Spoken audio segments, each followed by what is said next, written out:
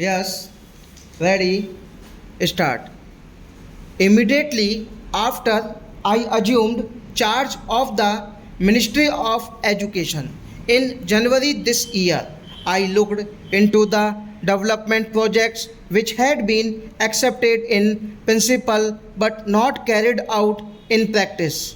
Of these, one of the most outstanding was the scheme for a central college of training for teachers. The Central Advisory Board of Education had in December this year recommended the establishment of two training colleges, one for men and the other for women, each providing for intake of 200 students for the service of the centrally administered areas and the smaller provinces and states. On the grounds of economy, the government of India modified that recommendation and decided to establish one college for both men and women with a capacity of 300. Provision was accordingly made in the budget as per the recommendations of the committee for the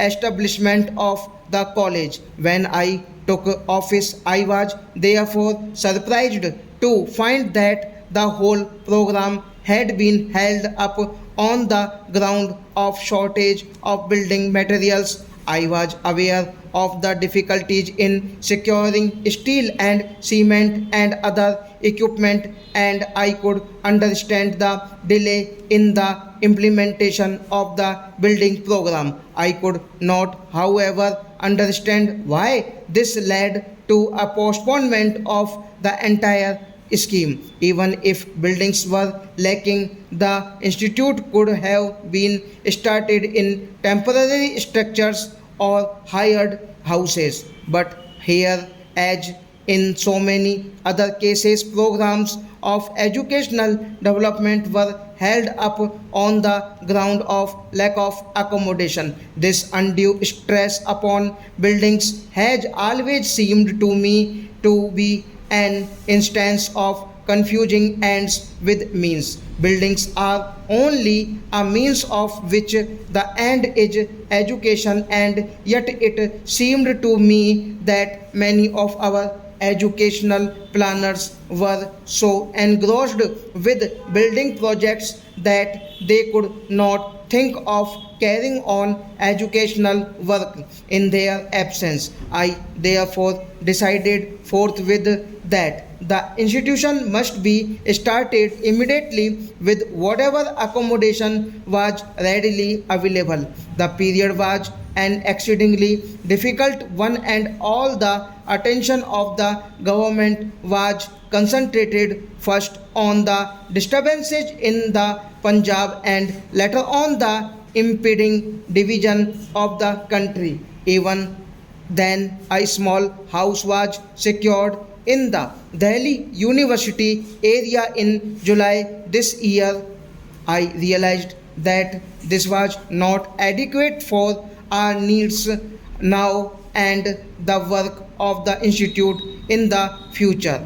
It is hardly necessary for me to relate at length the importance of an institute of this kind, with literacy figures so low as only 15%. The paramount importance of expanding the facilities of education is obvious. The acceptance of democracy as the pattern of our state has, if anything, added to the urgency of the problem. It is also self evident that the first step towards expanding the facilities of education is to provide for an increase in the number of trained teachers. Equally necessary is an institution to access the results of educational methods followed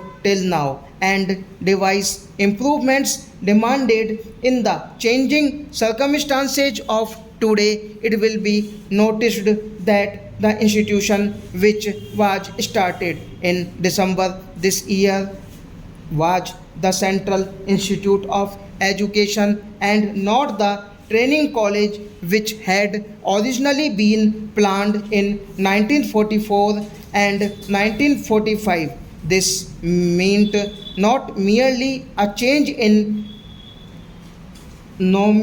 nomenclature but a considerable expansion in the purpose and functions of the institution. I felt that changes were necessary in two directions. First, it should not be merely a college for training teachers but also an institution for research in the fields of education. Secondly, its services should not be restricted to the centrally administered areas but should extend to the whole of India. The Central Institute will therefore both train teachers for higher and secondary schools and also carry on research on the problems of basic and secondary education, the stage at which a child should be introduced to a craft as distinct from activity, the relative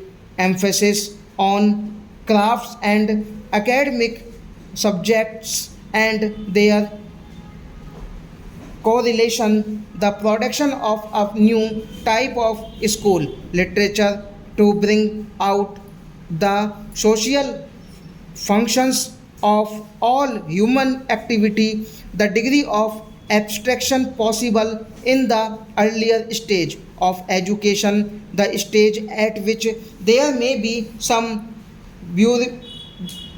bifurcation between academic subjects and crafts, the grouping of children according to aptitude test and ability, the place of art in the school curriculum areas are only a few of the many problems which arise out of a new conception of basic education and require constant and careful study in a research institution. There are also problems relating to adult education which demand fresh and careful scrutiny. It is an commonplace that the methods which are suitable for children cannot without modification be applied to adults. No doubt a good deal of work in this connection has been done in other countries of the world. About each country has its own peculiar problems arising out of its social and economic background and its political history. Now stop.